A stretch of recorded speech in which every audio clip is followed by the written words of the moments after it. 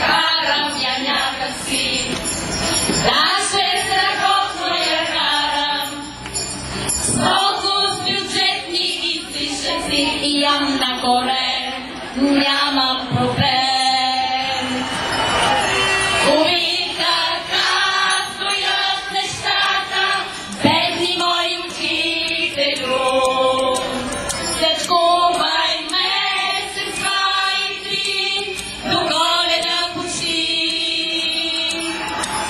Дори да имаме пари и за 100% забрави, нали ти дядо стълбати, еди се обеси.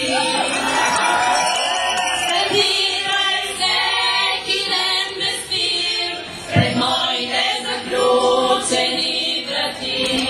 Аз съм си купил нови тапи, тапи за уши.